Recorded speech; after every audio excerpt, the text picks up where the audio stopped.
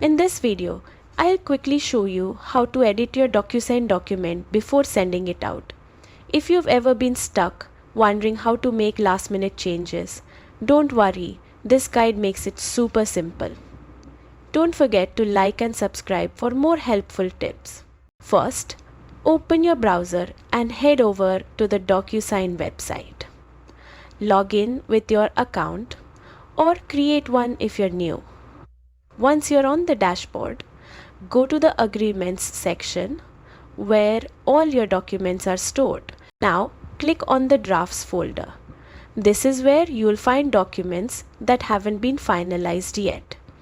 Select the draft you want to edit and hit Continue. From there, choose Next and you'll enter Editing mode. Inside Editing mode, you can update fields, fix information, or adjust formatting just the way you need.